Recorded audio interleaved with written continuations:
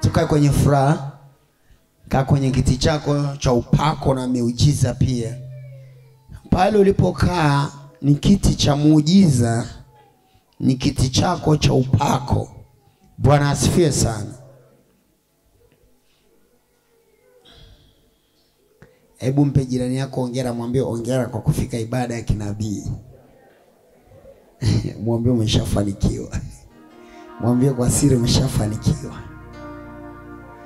Watu wa Mungu, katika kuteswa kwa Yesu Kristo kuna vitu vingi vimetokea. Wakati ule Mungu alikuwa watu wakifanya makosa na waua.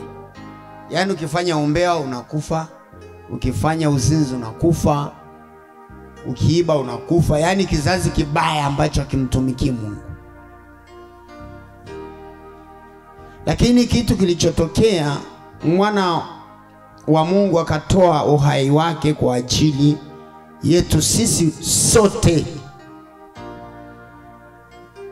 Lakini ajabu, kuna wengi wamesimama kwa Yesu na kuna wachache hawajasimama. Yaani wako ndani lakini hawako katika haki. Mwana wa Adamu alivyotoa uhai wake ni kwa ajili yangu na wewe, na kwa ajili ya kupata ukombozi pia katika ulimwengu kote. Tuseme dunia yote. Tuseme kwa kila kiumbe. Hasa siku ya leo ni kumbukumbu yake Yesu Kristo, kuteswa kwake. Hebu sema happy birthday ya Yesu. Ni happy birthday au ni nini? Sherehe yake au ni kumbukumbu? Kumbukumbu. Bwana asifiwe sana. Yaani jinsi mwana wa Mungu alivyojitoa kwa ajili yetu. Sisi tunatenda dhambi lakini bado ameturehemu na sasa tumesimama. Hebu mwambie jirani yako tumesimama. Na kama bado hujasimama wewe, hebu mtafute mtu aliyosimama akupe siri ya kusimama, akupe furaha ya kusimama. Hatua ya kwanza tutafundisha neno la Yohana sura ya 19 kuanzia mstari wa 16.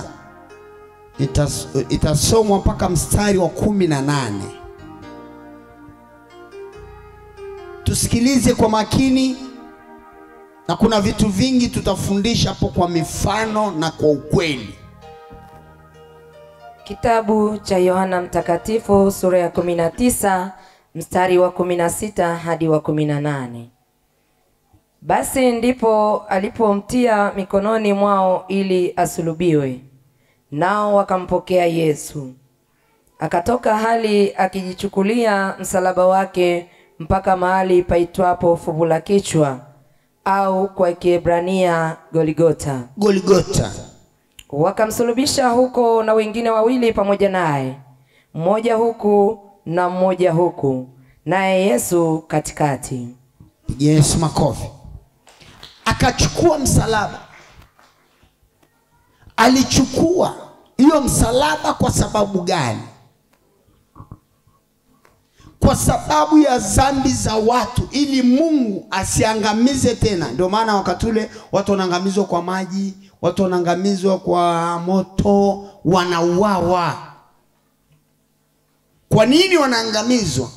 Kwa sababu ya dhambi ya wanadamu. Ndio Yesu akabeba sasa msalaba kwa ajili ya sisi sote, ili tukiwa tuna makosa kuwa kuna huruma. Basi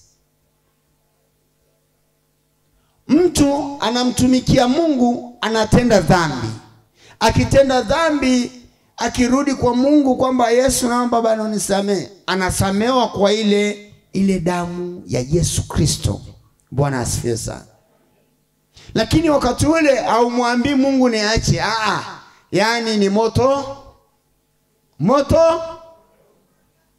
Ukiwa ni mzinzi moto, ukiwa ni mwizi moto. Lakini leo kuna huruma. Na ndio maana sisi manabii wa Yesu Kristo, hata mtu akitenda dhambi, hata mtu akitusema vibaya, tunawasamehe. kwa sababu Yesu ndivyo alivyo. Ni kama leo mimi ukinisema hata uniseme, lakini usije tu kanipige na fimbo. Kunisema tu mimi nakusamehe. Yaani mpaka baadaye roho yako ifanye kama inataka kutoka kwamba hivi namsema kwa sababu gani. Mimi nimerisi ile roho ya Yesu Kristo na sijui wewe umerisi kitu gani. Risi roho ya Yesu Kristo kwa ajili ya huruma. Yesu alipopigwa msalabani ni kwa ajili yetu sisi. Na ndio maana leo ukishika maji ukisema damu ya Yesu inaponya kwa sababu ya ile mkuki aliopigwa kwenye ubavu. Hebu angalia, kwa mfano mimi nilikuwaga ni nabii, lakini sio nabii. Sio nini? Sio nabii, lakini nakuwa mwizi, nakuwa mnywa pombe, nakuwa mtu wa ajabu na tabia sema mbaya kabisa. Lakini nilivyoenda kwa babangu nabii, akanifundisha nikaacha. Akanifundisha, akanitakasa. Mungu akanikubali. Mnaona hizo huruma jamani? Mungu akafanyaje?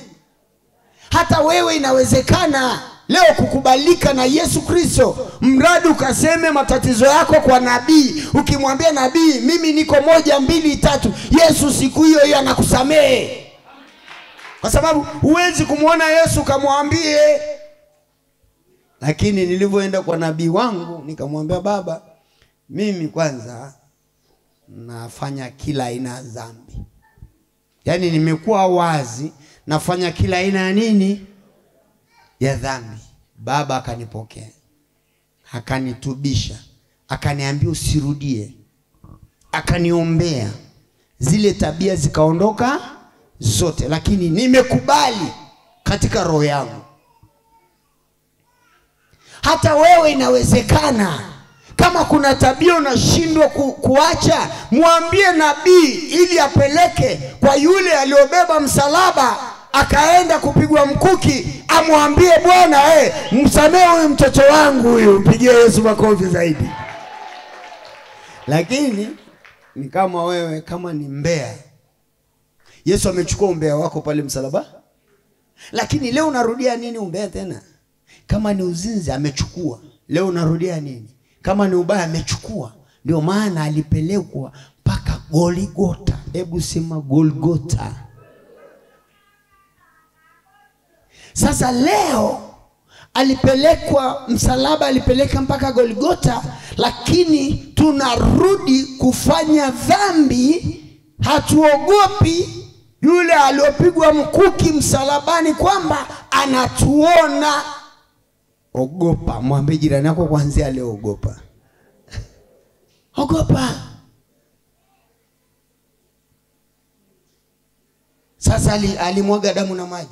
Sasa atamwaga nini tena? Anataka tena arudi wapi? Sasa hivi yuko ndani yetu, yuko ndani yako, yuko kwa jirani yako, yuko kwa nabii wako, yuko kwa mchungaji wako, yuko kwa kila mtu katika ulimwengu wa kiroho. Bwana asifiwe sana. Na ndio maana alipokuwa anatoa mapepo akiwa kimwili, tukawa tukisoma hiyo habari ya kutoa mapepo, na mimi nasema nataka niwe kama Yesu, nataka nitoe mapepo kama Yesu, nataka nikae kama Yesu, nataka nifanane kama Yesu. Nikatakaga kufanana kama nabii wangu. Kama nabii wangu. Nilivyotaka kufanana kama nabii wangu, ikaja ile mfanano sasa. Kwa hiyo nabii anapofanya kazi na mimi nafanya hivyo hivyo. Akiombea watu wakipona, na mimi nataka niombee watu wafanyaje? Wapone. Akiomba sana, nataka na mimi niombe. Akanifundisha, akaniambia, si unaona mimi nilivyo? Yesu ndivyo alivyo mara ya huko miaka iliyopita, na mpaka sasa hivi ndivyo Yesu alivyo. Hii nguvu ni ya Yesu. Kwa sababu nilikuwa namwambia nguvu inatoka wapi? Mbona ukifanya tu hivi mkono watu wanaanguka? Mbona ukipiga tu saluti hivi watu wanaanguka? Mbona ukisema tu pita hivi watu wanapona? Ni nini naponya mzee hiyo? Kwa sababu mimi sijui. Akawa ananifundisha. Anafanyaje? Ananifundisha. Nikamwambia nigaie basi na mimi niwe kama wewe. Sasa nikitaka kufanana kama Yesu, mimi simjui nani? Simjui Yesu, lakini nakujua wewe. Nakujua? Ni kama wewe leo umekuja hapa unamtafuta Yesu. Utamkuta Yesu, unamkuta nabii. Nabii anakufundisha matendo ya nani? Ya Yesu. Bwana asifiwe sana. Sasa mimi nikamwambia nataka nifanane na wewe nabii. Akaniambia nguvu ni ya Yesu. Nikamwambia sijawahi kuona Yesu, wewe ndo nimewahi kukuona. Ndio akaanza kunifundisha. Akaanza kufanyaje? Nifanane na yeye. Tabia yangu ifanane na yeye kwa sababu nimeona tabia yake ni nzuri.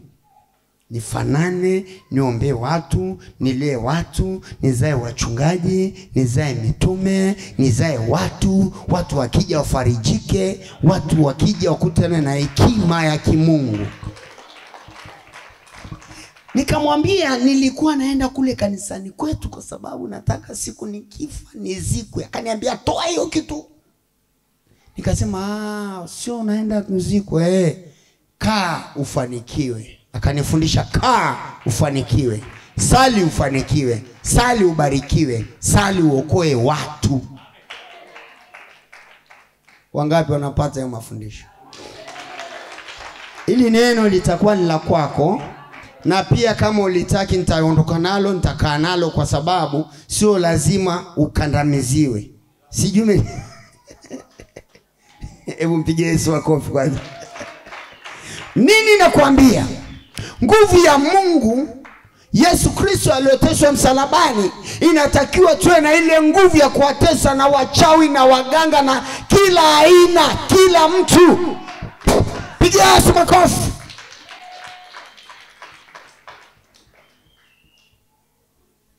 Basi akapeleka msalaba mpaka Golgotha kwa ajili ya mateso, kwa ajili ya sisi wote, kwa ajili ya ubaya wetu. Sema ubaya wetu.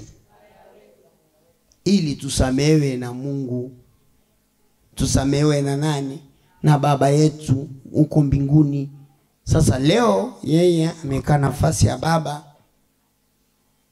Na ndio maana mtumishi anazaliwa, akizaliwa tunamfundisha jinsi ya kumtumikia Mungu na kumtegemea nani? Hebu kumtegemea Mungu. Hebu sema kumtegemea Mungu. Kama mimi hapa nakufundisha kumtegemea nani? Mungu. Lakini kabla hujasimama kwa Mungu, nitakufundisha kuiga matendo ya kinabii. Ukishaiga matendo ya kinabii, umeshaiga matendo ya Yesu Kristo. Bwana asifiwe sana. Kwa sababu Yesu ndio nabii wa kwanza duniani. Sema nabii wa kwanza. Hakuna nabii aliyotokea duniani akafa akafufuka, akaondoa roho yake akarudia tena. Ni yeye pekee. Hebu mpigie Yesu makofi. Hao wakina Elia walivopaa, ile ni neema nyingine ambayo ilikuwa ndani tu kwa ajili ya Yesu Kristo. Hebu mpigie Yesu makofi. Sasa tutaangalia alivofika pale Golgotha ni nini kilichotokea. Lakini pale Golgotha ndipo pale alipoacha uzinzi wetu, dhambi zetu, umbea. Sema umbea zetu. Imeachwa kule. Umeshanielewa? Umbea zetu zimeachwa wapi? Imeachwa wapi? Imeachwa wapi? Wangapi wanajua kwamba imeachwa kule?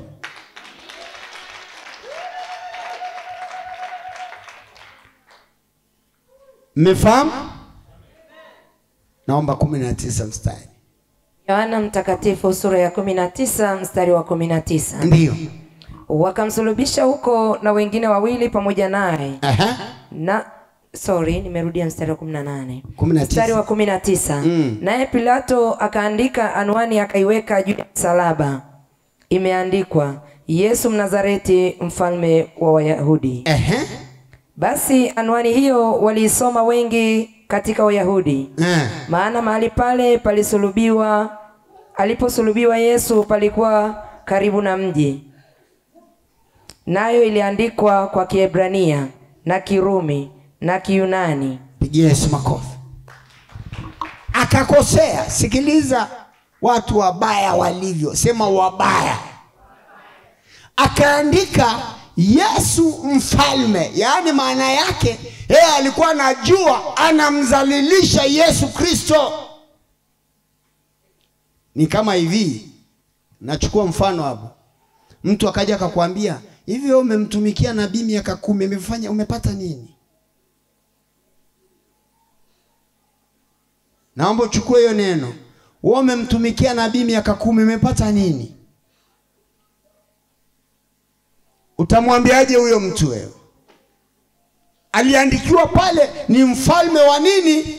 Wa Wayahudi. Maana yake yule kiongozi alikuwa anajua nammaliza huyu moja. Leo mtu anakuja na kuambia, angalia akili za shetani. Anakuambia wewe umemtumikia nabii miaka 10, umepata nini? Wewe jioji, wewe miaka 10 uliokaa na nabii ulikuwa na raha kiasi gani? Ni kama mtu aje akuambie wewe bana umekuwa ni kibaka wa nabii au umekuwa ni mshabiki wa nabii. Huyo mtu anakupandisha cheo. Hebu mshangilie Bwana majeshi. Mshangilie, anakupandisha cheo. Angalia nitakufundisha pale. Maana ile anasema akaandika ni mfalme wa, anajua anamtukana Yesu, anamzalilisha. Ni kama mtu anakuja na kuambia wewe unavyompenda nabii umepata nini? Yaani huyo mtu anafikiri anakuzalilisha wewe. Kumbe yule mtu anakuinua kwa sababu wewe sio mtumwa wa shetani. Wewe ni mtumwa wa Yesu Kristo.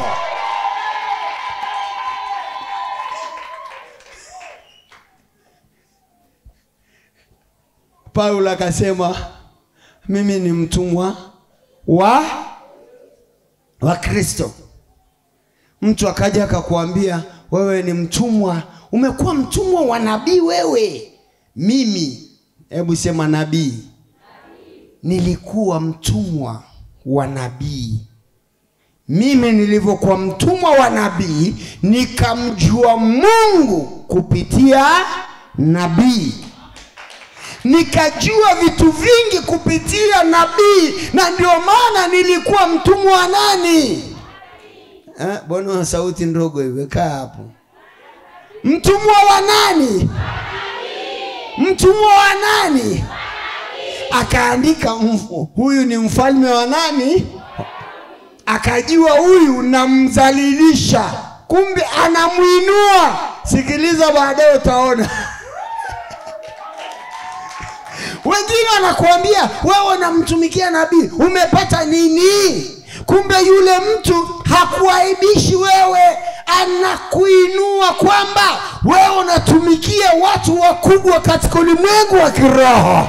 Haleluya. Akasema mwingine anaambia unapeleka sadaka, kila mahali unapeleka sadaka kwa nabii, anakuinua. Tutaangalia baadaye alivyoandika huyu ni mfalme wa. Baadaye Wayahudi wakasemaje? Bwana mkubwa, usingeandika hivyo. Akamwambia nimeshaandika, haibadiliki. Ni kama mtu anakuja na kuambia wewe umemtumikia nabii miaka mingapi, alafu umekuwa mtumwa wake.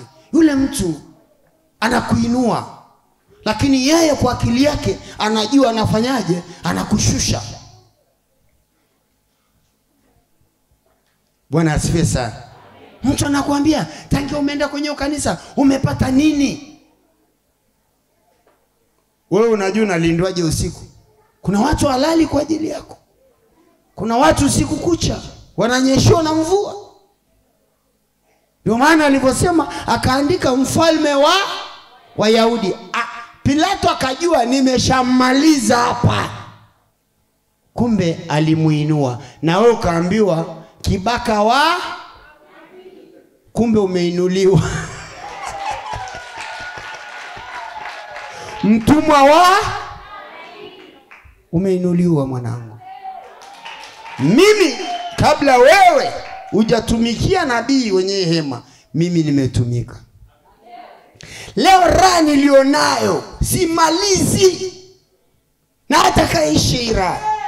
Hata nabii angekumla akinipa milioni 100 ingeisha, lakini amenipa kitu ambacho hakiishi, na ninatamani na ukapokee katika jina la Yesu. Natamani ukapokee. Mimi sijaenda kwa nabii nizikwe, sijaenda kanisani nizikwe, nimeenda nibarikiwe, nipate mali, nipate katika ulimwengu wa kiroho nishibe, nipate kusaidia watu. Andika sema mfalme wa Wayahudi.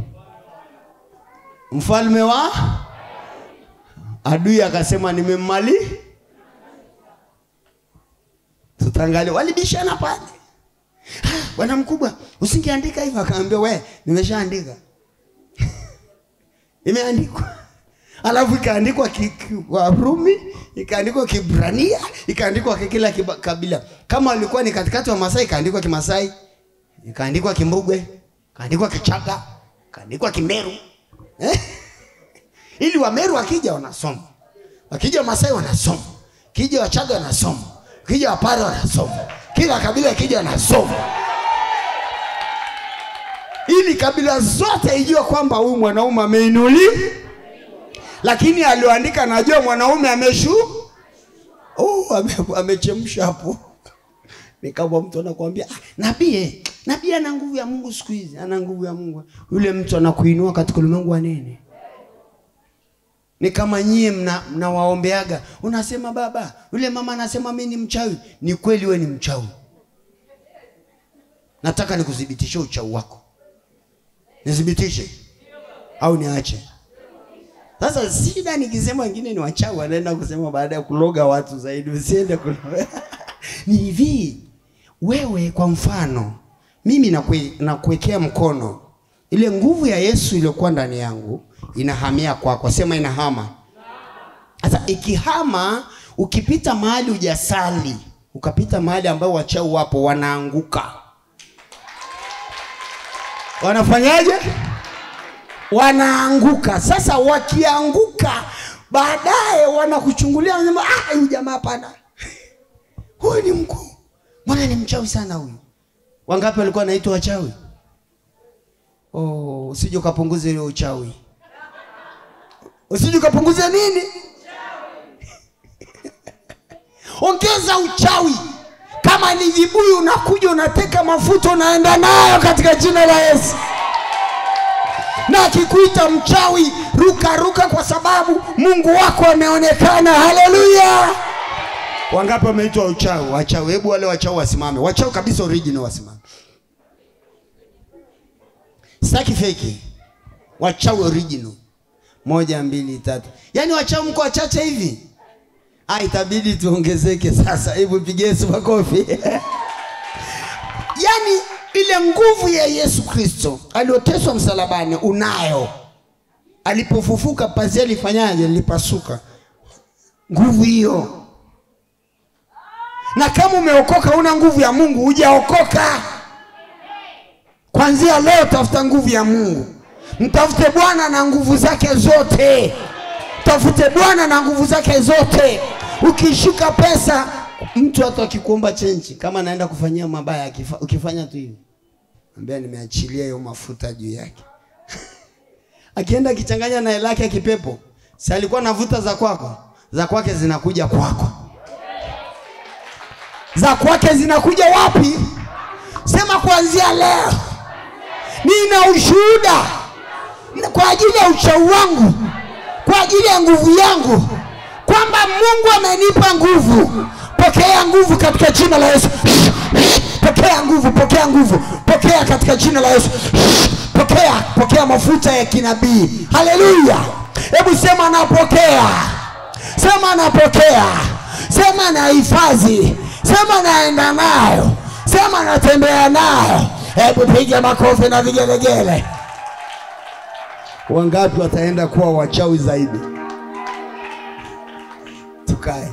Siku moja nilikuwa nimetembea nikafikisha gari mahali nikapaki. Wakazunguka mbwa wengi kwenye hiyo gari. Sasa nikaangalia mbwa. Nikaangalia mbona sio mbwa, ni mbwa koko tu. Wanashambulia gari. Nikamwambia sasa nikiteremka nyie mtanikoma. Sasa kulikuwa na mtu kwenye gari ananiambia, sasa baba utateremka kwenye mbwa. Nikamwambia yani hawa ni wachawi. Sasa yule anashangaa. Anakuja ananisanusa gari. Nikamwambia nusa moto uone. So kila mbwa ni mbwa. Kwanza nikafungua mlango. Nilipofungua mlango alivyosikia tu mlango fanya tas. Oh, walikimbia. Wanafanyaje? Usiwaogope kwa sababu alivyoteswa msalabani ile nguvu ni ya kwako. Sema napokea. Sema ni ya kwangu.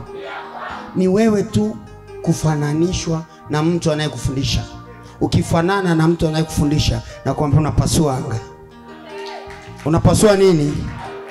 Akikufundisha kuomba, omba. Akikufundisha kusimama, simama. Akikufundisha tembea, tembea. Utakuwa kama yeye. Na nguvu ya Yesu Kristo haina upendeleo. Inaingia kwa kila mahali.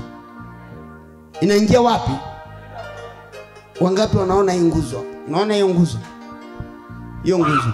Ngoja sijakwambia angalie. Unaona hiyo nguzo? Hiyo nguzo ni mtumishi. Hizi nguzo zote zimesimama. Ni watumishi hao. Ndio maana mahali Yesu alisema, kama mtanishangilia mawe itanishangilia. Ijumaa hapa niliponya mtu kupitia matope. Aliona nimekanyaga mahali akachota matope ya unyayo yangu. Mungu akaniambia kuna mtu amechota matope ameweka mfukoni. Nikamwambia hebu leta bana nifanyie kazi hapa. Akasema hii hapa iko mfukoni. Nikamega kidogo. Nikaanza kuponyea nini? Watu. Ukishakuwa na nguvu ya Mungu, kila kitu chako ni nguvu ya Mungu. Na usisikilize maneno ya watu. Maneno mabaya nimekuambia weka sponge wapi? Yakija mazuri unachomo. Sponge unaweka mfukoni unatulia. Yakija tena umbea unaleta sponge unawe. Usiache. Kuna watoto mjini wanakuambia ipite hapa itokee huku, je ikikwama hapa katikati. Ili uvae nguvu ya Mungu na mafanikio upate kwenye nyumba yako. Kila mtu amekuja hapa na nyumba yake na mke wake anataka mafanikio. Ukija kukutana na magurupu ya umbea, mafanikio yanabaki hapo hapo, hautaenda naye. Mabaya unafanyaje? Sponge ilikuwa wapi? Mabaya unashika mkononi. Akiongea tu mabaya moja unashika mkononi, mbili unashika mkononi, tatu. Alafu kija kuchomoa kule kwenye maombi yako muombe na yeye anayeongea nini? Mabaya.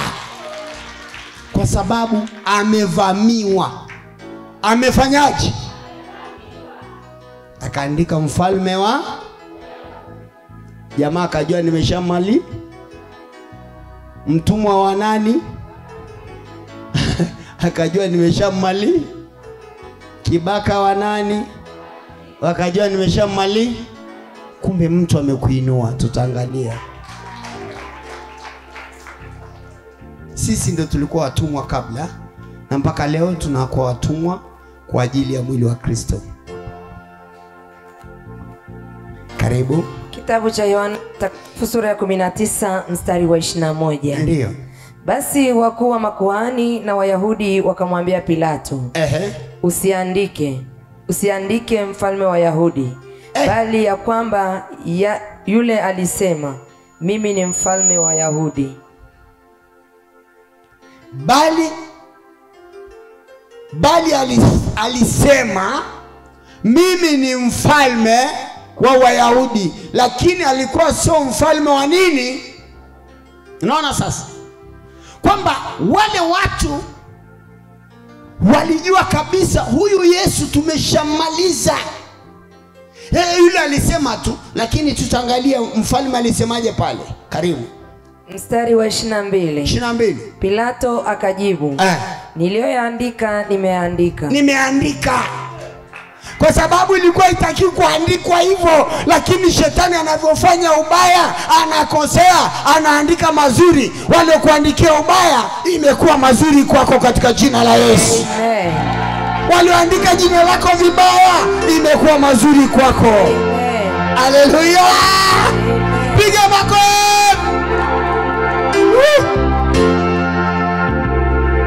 Walikuwa nataka kumaliza kwa maandishi, lakini walipoandika wakaandika ni mfalme. Mfalme? Hasi usingeandika hivyo. Akamwambia nimeshaandika. Nimeshafanyaje? Hebu mpigie Yesu makofi zaidi. Makofi haitoshi. Sema Yesu ameshinda. Piga vigelegele. Piga vigelegele. Piga vigelegele. Piga vigelegele. Ruka ruka ruka kwa Bwana. Ruka kwa ajili ya Roho. Sema nina amani. Hakika Mungu ameonekana. Yaani hiyo sasa ndio nikikuona umesimama najua hauna uchungu. Umepona. Watu waliopona wanarukarukaga na kelele iko juu. Piga kelele! Piga kelele! Haleluya! Haleluya! Haleluya! Amen. Safi sana, safi sana. Amen. Safi. Naonekana wengi mmepona, ni wachache tu bado walemavu.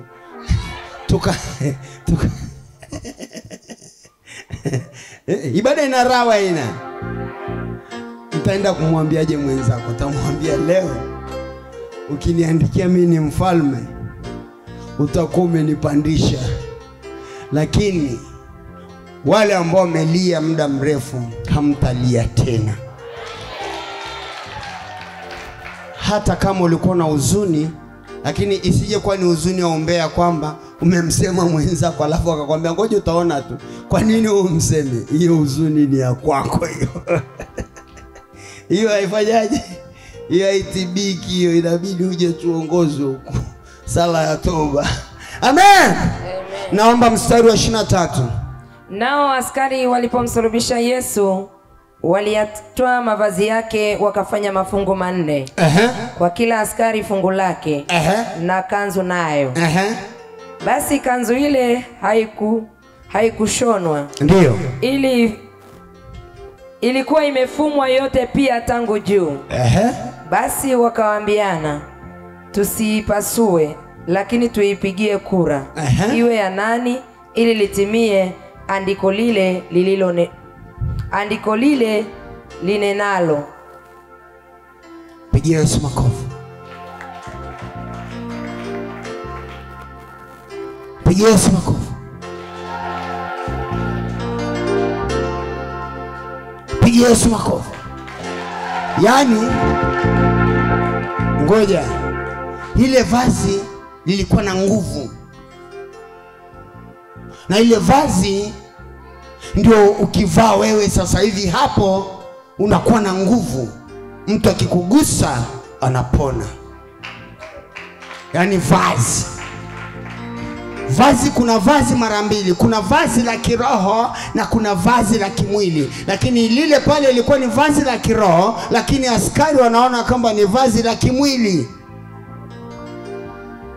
Mwambie jirani yako usiogope, utaenda tu kula pilau. Vazi la kiroho, mimi nikiwa nimevaa vazi la kiroho, hili la kwangu linaponya kwa sababu vazi la kiroho nimeshalivaa. Na wewe utaponya ukivaa vazi la kiroho. Amen. Wangapi wanajua kwamba kivaa vazi la kiroho anapona? Vazi la kiroho ukishavaa, sauti yako inaponya, kimvuli yako inaponya, kila kitu chako kinaponya.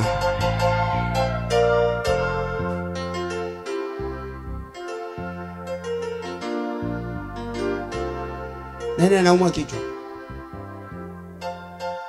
Nani anaumwa kichwa? Njoo. Ndio maana yule mwanamke alitaka kugusa vazi la Yesu. Gusa kwenye pindo. Gusa hapa. Mepona.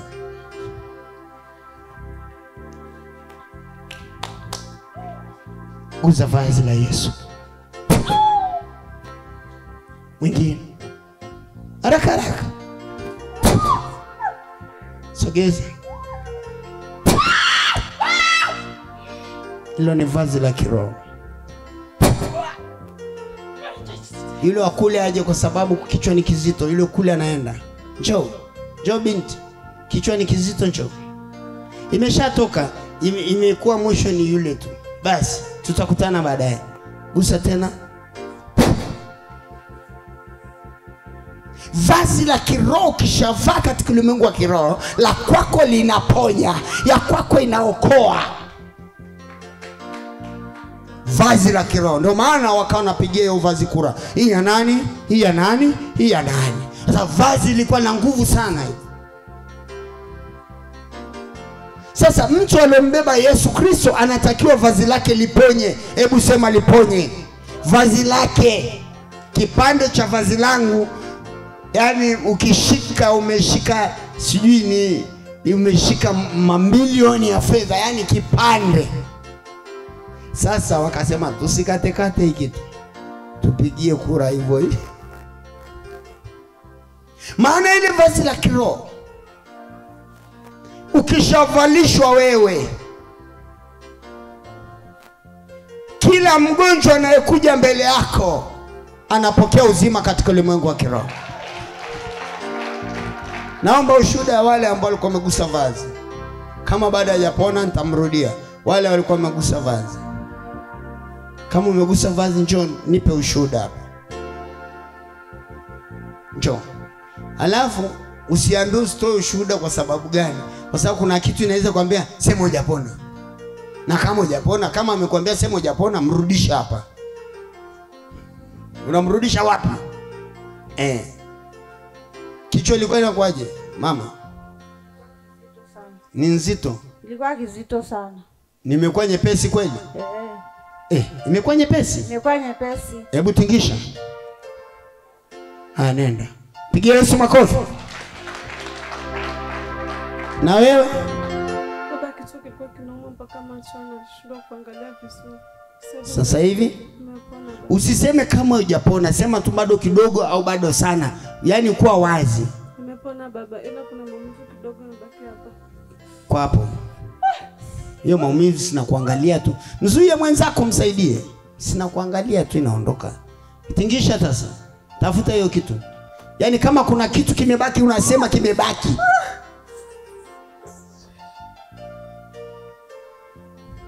Tafuta. Mshipa imeachia? Ndio baba. Tingisha. Niangalie.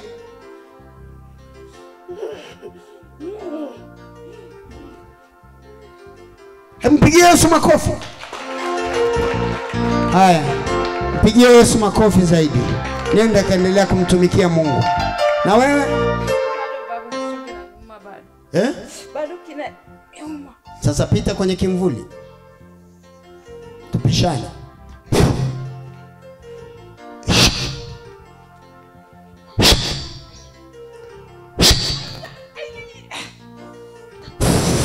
Msimamishe kwenye kimvuli ya nabii.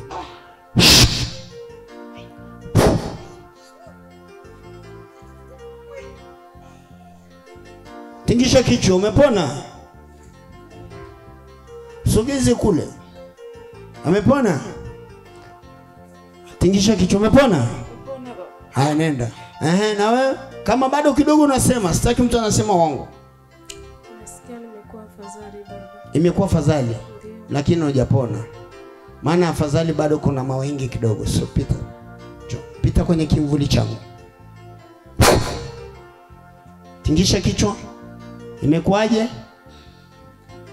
Ilikuwa siwezi kugeuza macho hivi kuangalia mtu, lakini sasa hivi nageuza. Unageuza? Hebu geuza vizuri. Mwambie Yesu asante. Yesu asante. Nenda. Na wewe? Makofi haitoshi hiyo.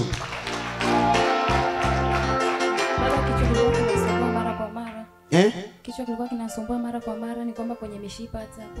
Kwenye mishipa? Ndio, hata leo kilikuwa kinaniuma sana. Hebu gusa mishipa, imeachia?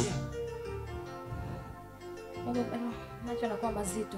Bado macho mazito? Ndio baba. Niangalie. Macho mjinga. Niangalie. Tingisha kichwa. Kuna kitu kiko hapa. Kiko hapa. Kimeenda kujificha hivi. Kiko hapa.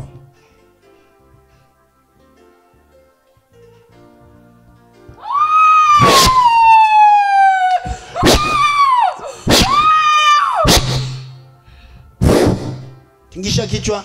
Shingo imeachia? Ndio baba. Kila kitu kiko sawa? Ndio baba, asante. Mungu akubariki.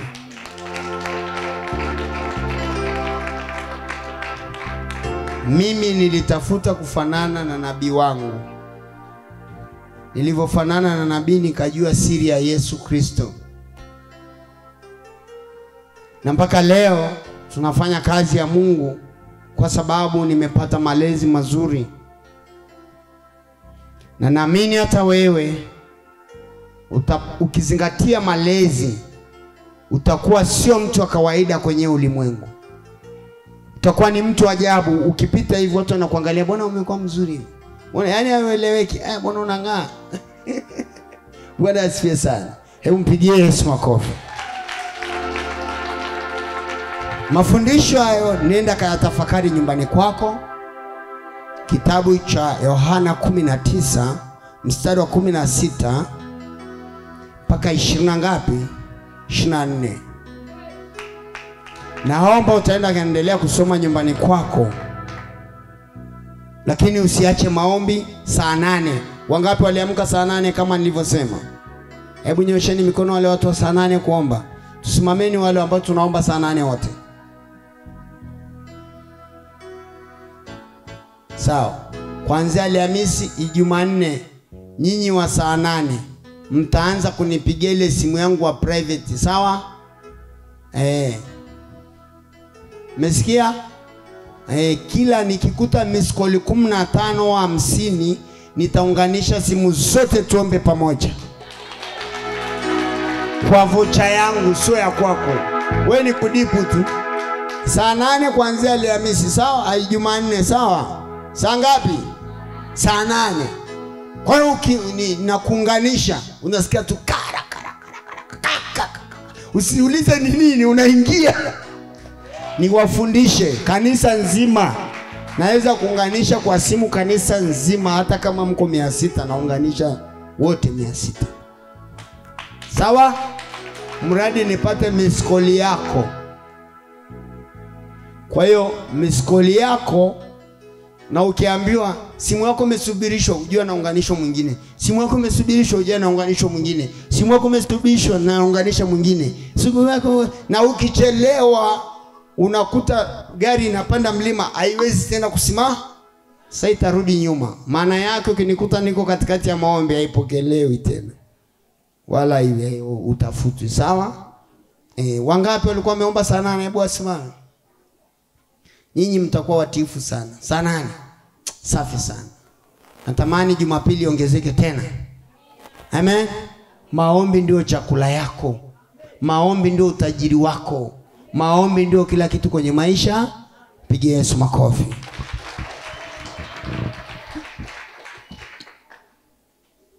Na kuomba, kama ni msengenyaji acha. Na ukikuta kikundi cha wasengenyaji, jitenge na kikundi cha wasengenyaji. Hautafanikiwa katika ulimwengu wa kiroho. Utakuwa agent. Uko kanisani lakini ni agent. Hebu sema agent. Kama ni umbea acha. Na kila atakayeenda kuwa mbea anakuwa nani? Sasa unataka kuwa agent wa mabasi au unataka kuwa agent wa Yesu? Usikubali kuwa agenti wa shetani. Umeshikia? Hiyo ndio inawaumiza wachungaji na waumiza mitume. Hawanashindwa hata kumiliki watu kwa sababu ya uombea na dhambi. Umbea ni dhambi mbaya sana. Ni bora mchawi kuliko mbea. Mchawi, yani umbea inaharibu. Kama kwa mfano kwaya mko 20, umbea inavunja ile kwaya. Kama mko kanisa mko watu 50, umbea inavunja hiyo kanisa. Ni bora mchawi kwa sababu anamloga mtu huyu, alafu ile pepo linaweza kutolewa na nabii. Sasa umbea kutoka ni ngumu kwa sababu iko ndani ya akili ya mtu. Anasema tu nimeona kitu, nitaenda kumwambia, yani inawasha akili. Bwana asifiwe sana. Kataa. Wewe leo Yesu aliteseka kwa ajili yako. Aliteswa kwa ajili yako. Umbea nini? Yaani wewe kuwa private, sema private. Ukitoka kanisani uko private. Kama uko na mke wako na mke wako basi. Ukikutana kikundi kinafanya jifanye busy, pita. Hakuna kitu kibaya kwa walokole. Umbea ni mtu anaweka vocha, anaongea na wewe lisaa lizima, ni kukosoa watu tu. Aise yule mbaya, yule yuko hivi. Umeumba watu wewe. Akikwambia wewe ni mbaya, mwambie tumuombe. Akisikia tu tumuombe, atasema na wewe ufai. Mwambie sifai kwa sababu natakiwa baba amesema tumuombe. Na wewe njoo utafuta maombi kwa sababu sio hali yako ya umbea hiyo. Umesikia? Kuna watu wengine wanakuja kanisani, hawakai kwenye kanisa. Wakishaingia tu kanisani akichungulia hivi, anaenda kukaniumbea, baadaye anaenda kumwambia mume wake nimetoka kanisani. Ndio maana unapigwa makofi. Upewe matumizi. Badala ya kumuombea mume wako au mke wako, unakuta mwanaume ni mbea, mwanamume mwanamke mbea. Tuacheni watu wa Mungu. Yesu alisema amechukua umbea yote. Mbona hamtaki kusema? Mnataka kuwa mbea nini?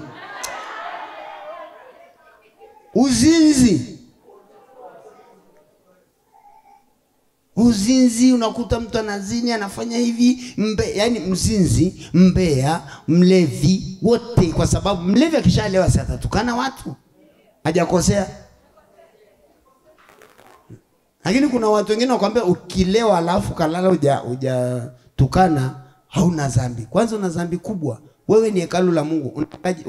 Unaekaje uchafu huku? Hekalu la Mungu uchafu. Ukinywa pombe umeharibu hekalu la nini? La Roho Mtakatifu. Ukinywa pombe baya. Acha, jitahidi kuacha kwa sababu kwanza ukinywa pombe unakuwa maskini. Unaharibu budget. Unaweza kwenda kunywa bia moja, unachora nne kwenye stuli refu. Yaani shetani unaona shetani alivyokuwa hatari, anakuwekea mpaka stuli refu ambapo miguu ishiki chini. Anakuambia hapo ndio uko starehe. Kumbe ni wakala. Hivi wewe kweli unaekewa kiti ambacho miguu ishiki wapi? Huwezi kutafakari. Ukianguka hapo utapona kweli hapo. Wengine wanasema niko kwenye stuli ndefu bana. Ndefu, shetani amekuweka parefu kwenye kilele.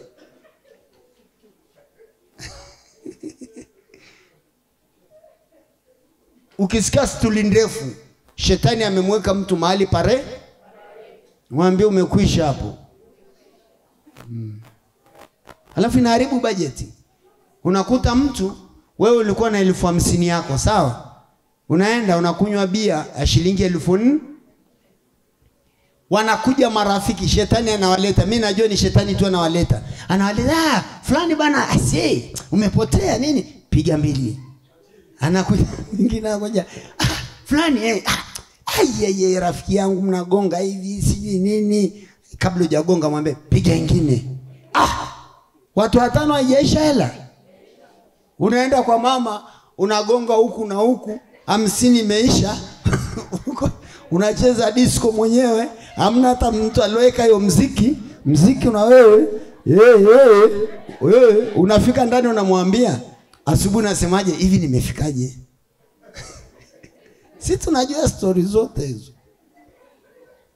Unaweza kaenda kwenye fence ukafikiri umefika ndani, ukaanza kuvua nguo, unatundika juu ya miba, unajua umefika kwenye Sinajua kuna nyumba zingine zina kamba chumbani au zina sehemu za kutundika.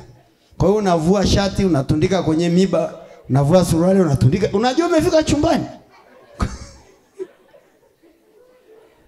Na ndio maana nawaambiaga mtu akilewa msimcheke, naombeni. Sio ulevi, ni unywaji. Naombeni mumshike, tumuendelee kumfariji, ataacha. Sababu hiyo hali sio nzuri. Hali sio nzuri. Hasa kama unaenda kwenye miba unatundika shati, unajua umefika nyumbani, suruali unatundika. Alafu unaenda sasa, ni Mungu tu anakusaidia usilale pale. Unaenda kuingia chumbani una nguo umelala. Hasa mama anakuambia, "Mwana jana umekuja bila nguo." Wapi wewe? Watu nakuta umetundika hapo kwenye miba, unajua umefika ndani. Shetani, Mungu anawalinda jamani hao watu. Naombeni. Kama uko hapa na bado unalewa, hebu jiandae, andaa mambo yako. Sema naandaa mambo yangu. Mwambie tu Mungu naomba niache, Mungu naomba nisimame vizuri. Amen. Pigia Yesu makofi. Kwa hiyo ulevi inaharibu budget. Halafu inakuharibia nguvu ya Mungu. Uzinzi inaharibu budget. Halafu inaharibu tukufu wa Mungu. Sawa jamani? Tuko pamoja? Umbea inaharibu budget. Umbea. Sasa mtu mbea akija hapa kanisani, nikihubiri habari ya umbea, hatakuwa na amani. Atakuwa ananipenda tu, lakini hana amani. Hatakuwa anatoa sadaka, lakini hana amani. Mithali 15 mstari wa, naomba mstari wapo unaofuata. Mithali 15.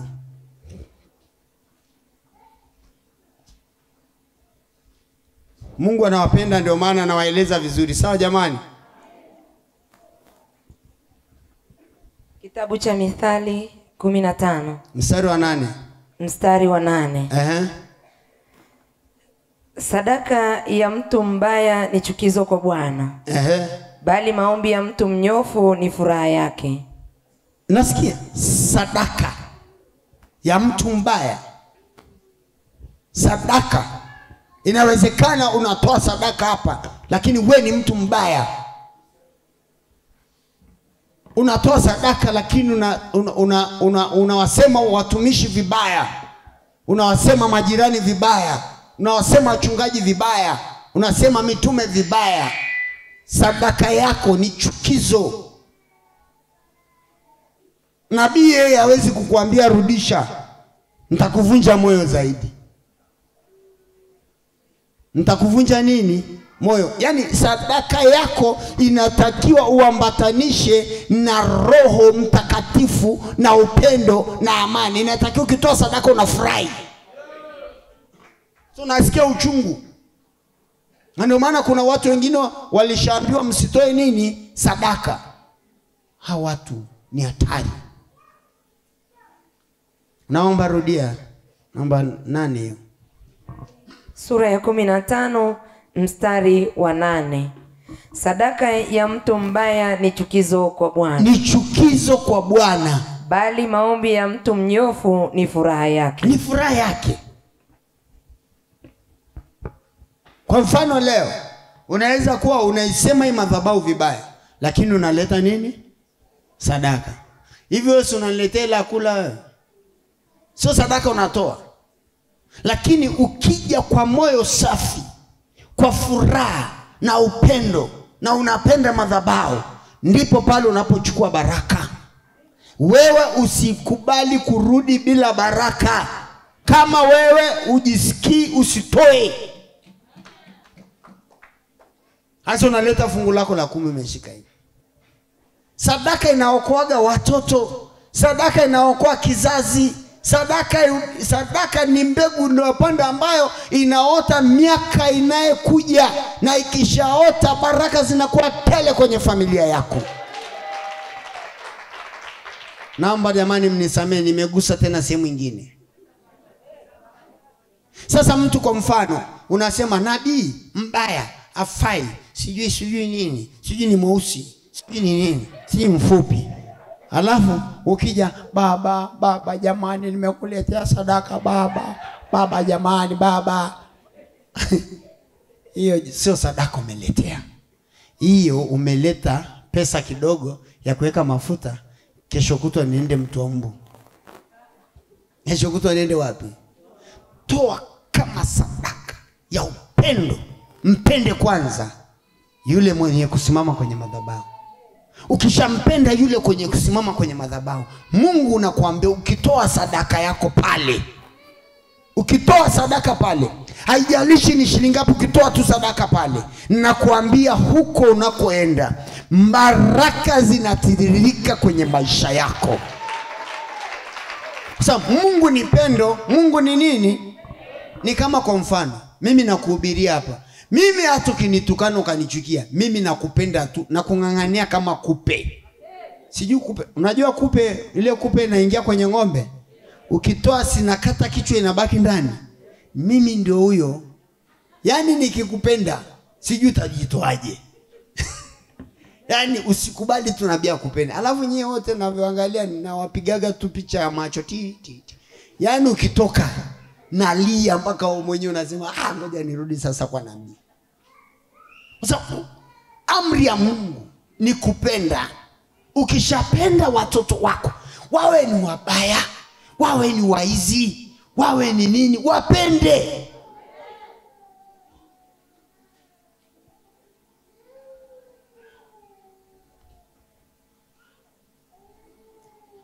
Ray, wewe mwenyewe unajua ninavyokupenda. Mpaka unaniota ndoto. Wasema mimi baba simwachi.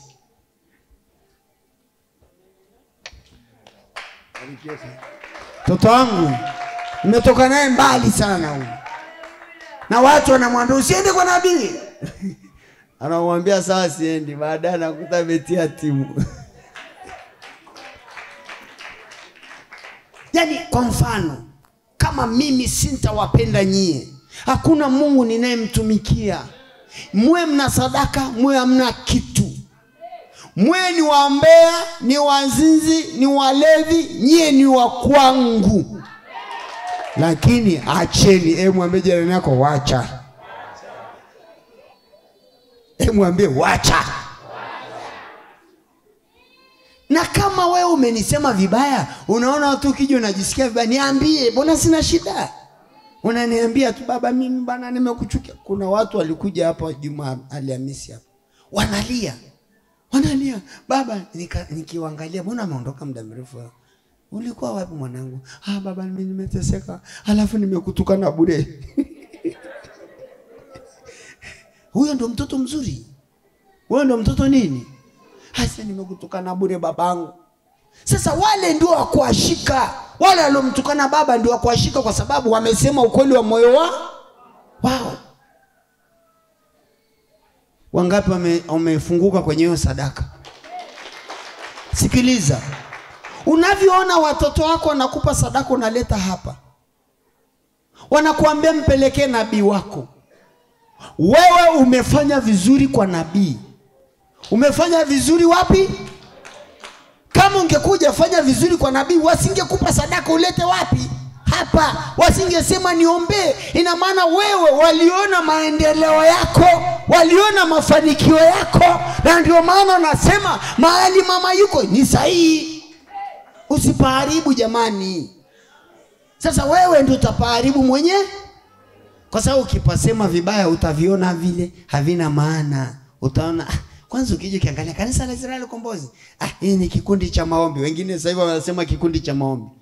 Kikundi cha maombi, sasa twende mbinguni tukutane. Alafu hiyo neno lilosema kikundi cha maombi utaenda kujibu mwenyewe. Hii ni lango la baraka. Watu wanabarikiwa. Lango la nini? Sema lango la baraka. Ingekuwa ni kikundi cha maombi, miaka 20 niliongoza hii kanisa, tusingekuwepo hapo. Miaka 20. Dokta najua ametukuta wapi huko, akina Saitoti wote tuko huko, tunapambana na mpaka leo mapambano yanaendelea. Eti mtu mwingine anamwambia mwenzake, toka bana hapa nenda sehemu fulani. Hivi wewe ni mtumishi hapa, unamwambia mtu atoke kwenye kanisa, wewe unayehubiri. Sio umechanganyikiwa wewe? Au hujachanganyikiwa?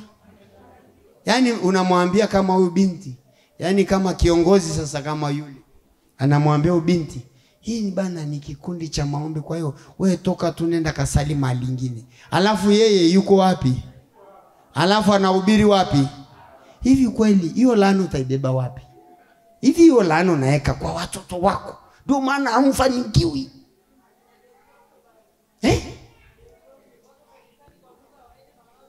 Awanazuia. Wewe uendi? Alafu unasimama hapo unahubiri. Sasa si kwa kuhubiri wewe, hata watu hawaji, hawakutaki. Kwa sababu wameshajua tabia yako. Ni kama mimi sasa hivi, watu wote wameshajua tabia yangu. Unafikiri wajui? Wanajua, watu wana akili wote. Usione mtu anakuja na kusikiliza, ana akili. Kwa mfano leo nikasema Yesu ni mzuri. Kesho nikakutana na kikosi hapo nje, nasema jamani amna cha Yesu. Maana yake nikisimama hapa mtanikubali tena? Haya, leo mkasema nabii ni mzuri, mhubiri akasema nabii ni mzuri. Kesho unakutana na watu huko njiani nasema nabii afaa. Wewe uliosema nabii afai, siku ukisimama hapa watu watakukubali? Wanakukataa. Hata ukienda Marekani ukitaka kukusanya watu, ile laana ya babako unayo. Ukienda Ulaya kukusanya watu, ukusanyi, ile laana inakukinga. Laana inafanyaje? Sadaka ya mtu mbaya, hata kama utaniletea milioni 10 hapa, naomba ulete hiyo milioni 10, lakini roho yako kwanza tengeneza na Mungu, ili ukileta hiyo madhabahu hapa, ikifanya kazi hapa, unabarikiwa. Usifunge milango yako. Mimi nimesimama eneo la sadaka jamani. Nimesimama eneo na nini? Ukiwa Mbeya, ukileta sadaka yako, wewe umeleta tu hela petroli tu, usafiri sisi. Na tutasafiri. Mimi naomba nikueleze ukweli. Roho yako tengeneza na Mungu. Mpende kwanza yule mwenye madhabahu ambayo ni mkuu wa nini? Mmefundishwa na profesa. Sasa amewaambia ni mkuu wa nini? Profesa hajafundisha hapa. Yule ni profesa, ameandika vitabu, amesema mkuu wa nini? Wa madhabahu. Ukishampenda mkuu wa madhabahu, awe ni mtoto, na kumheshimu, siku zote ile madhabahu inakuinua. Inainua watoto wako, inainua nyumba yako, inainua kila kitu. Na ndio maana roho zenu zote ziko hapa. Sasa mahali ambayo roho yako iko, unasema vibaya, sijui nabii ni mfupi, nabii mweusi, nabii sijui uko hivi, sijui utabarikiwa saa ngapi? Mimi utanisema, mimi nitaendelea, mimi nitaenda mbinguni, natengeneza na Mungu wa wewe. Sasa wewe ukiniona tu uchungu inaanza, huyu jamaa amefanikiwa kuliko mimi. Msikubali hizo roho zinawazuia kutokufaniki. Hebu andika kwenye kibao chako, sema roho ya kuzuiliwa. Andika kabisa roho ya kuzuiliwa. Andika kabisa umbea ni roho ya kuzuiliwa mafanikio. Mafanikio inazuia. Uzinzi, umbea, usengenyaji, hizo vitu inazuia mafanikio. Kama ukikuta kuna mtu fulani anasemwa, jitoe. Na leo kama nyinyi watumishi wa Israeli mnataka kutumika vizuri, mkimsema nabii, nyinyi mpati watu, mtasota. Nini na kuzuia?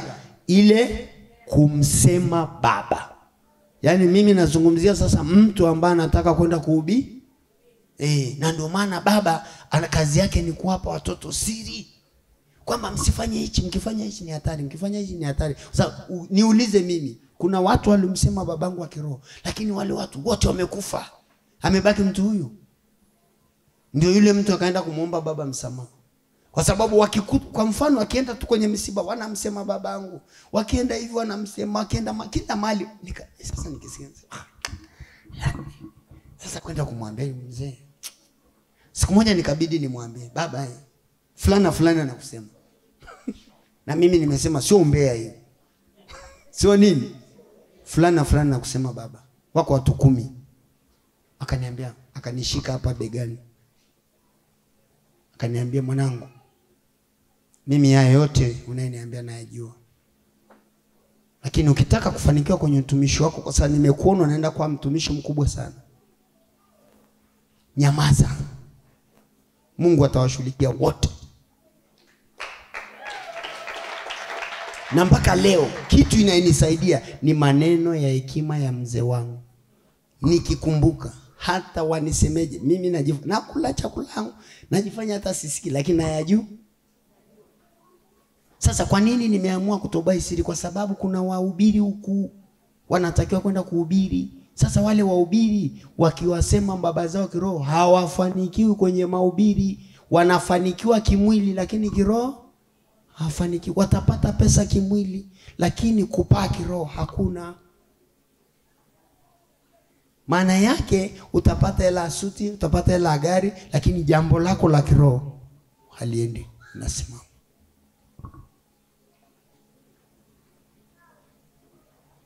wote so wamevaa suti hapa. So wamevaa suti. Unaweza kuwa umevaa suti lakini una uchungu. Sasa tunaongelea mafanikio ya kiroho. Kwamba kama kwa mfano ninavyohubiri hapa, mimi sinaye nyie wote hapa. Nyie si mali yangu. Hasa hawa watumishi hawataki wao kuwa na mali kama hii ya mimi nilionayo. Nyie wote ni mali yangu, nyie wote. Ray mali yangu, huyu mali yangu, yote mali yangu. Si ndio hivyo?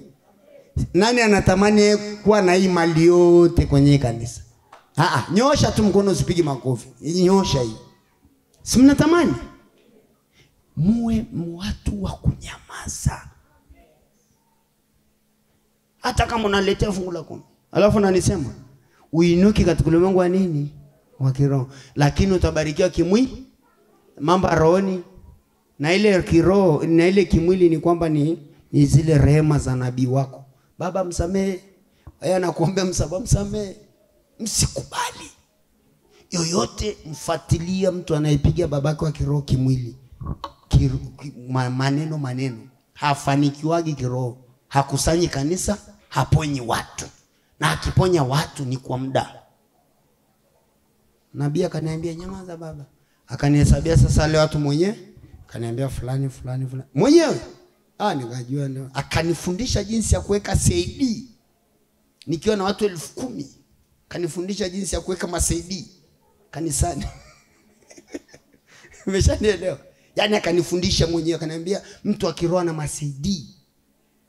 Kwa hiyo ina maana ukiongea kitu asubuhi, jioni chap nayo. Kwa hiyo kuna vitu vingi nataka siku moja nije niwafundishe wachungaji wa kanisa hii, kuambia ninyi mkitaka kumiliki na kutawala, piteni njia. Kama mpiti njia, mmetoka njia, kuisha shaurieni. Pigia Yesu makofi. Hebu mguse mwenzako, mwambie sadaka. Mwambie sadaka. Mwambie sadaka. Pigia Yesu makofi. Wangapi wana furaha? Hebu piga kelele ya furaha. Piga makofi ya furaha. Haleluya! Ametenda mema. Tamalizia ule mstari mmoja wa Mithali pale, mstari mmoja pale nitamalizia, ambao ni mstari wa 9. Njia za mtu mbaya ni chukizo kwa Bwana, bali humpenda mtu afuataye mema.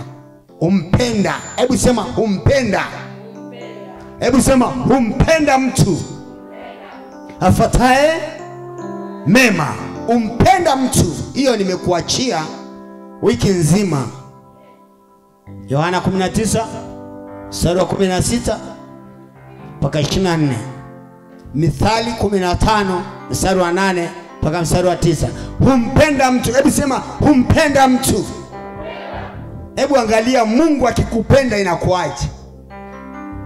Mungu akikupenda inakuaje? Mungu akikupenda ndio ile kila siku mambo yako yanatiki. Sema tiki tiki tiki. Hebu fanya hivi tiki tiki tiki tiki. Pako namwambia mchawi au nioni ni tiki. Humpenda. Mungu akishakupenda biashara inatiki, ndoa inatiki, kila kitu inatiki, kila kitu kifanya unasikia furaha. Hebu mshangilie Yesu. Hebu fanya hivi tiki. Wewe ni mwalimu, walimu ndio wako.